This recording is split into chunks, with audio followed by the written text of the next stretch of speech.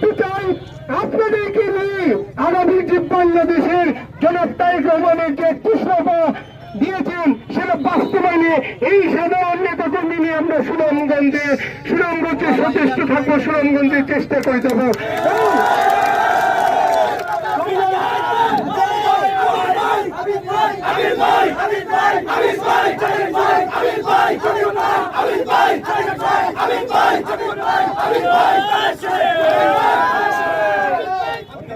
আমাদের পক্ষে স্পষ্ট, আমরা সুনামগঞ্জ থেকে ফেসিবাদ মুক্ত করতে চাই, সুনামগঞ্জ থেকে সন্ত্রাস মুক্ত করতে চাই, সুনামগঞ্জ থেকে চাঁদাবাদ মুক্ত করতে চাই, সুনামগঞ্জ গণমানুষের জন্য একটি সুস্থ স্বাভাবিক রাজনীতির পরিবেশ করতে চাই।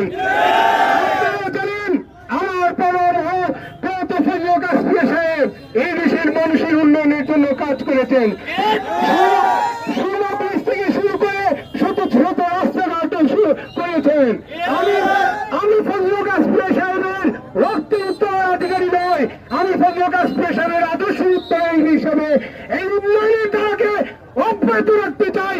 আগামী দিনেও ইনশাআল্লাহ বেগম খালেদা জিয়া আমাদের পার্টি চেয়ারপারসন এবং ভারপ্রাপ্ত চেয়ারম্যান জনাব তারেক রহমান, আমি ওনাদের কাছে আহ্বান জানাচ্ছি, ওনাদের কাছে হাত জোর করে মিনতি করছি, আমাকে যদি আপনারা মনোনীত করেন, আমাকে যদি আসলে মনোনয়ন দেন, এই অঞ্চলের মানুষকে নিয়ে এই অঞ্চলে আমি একটি সুন্দর সুস্থ এবং বিপ্লব এবং উন্নয়নের এক নবদিগন্ত সূচনা করবো ইনশাআল্লাহ।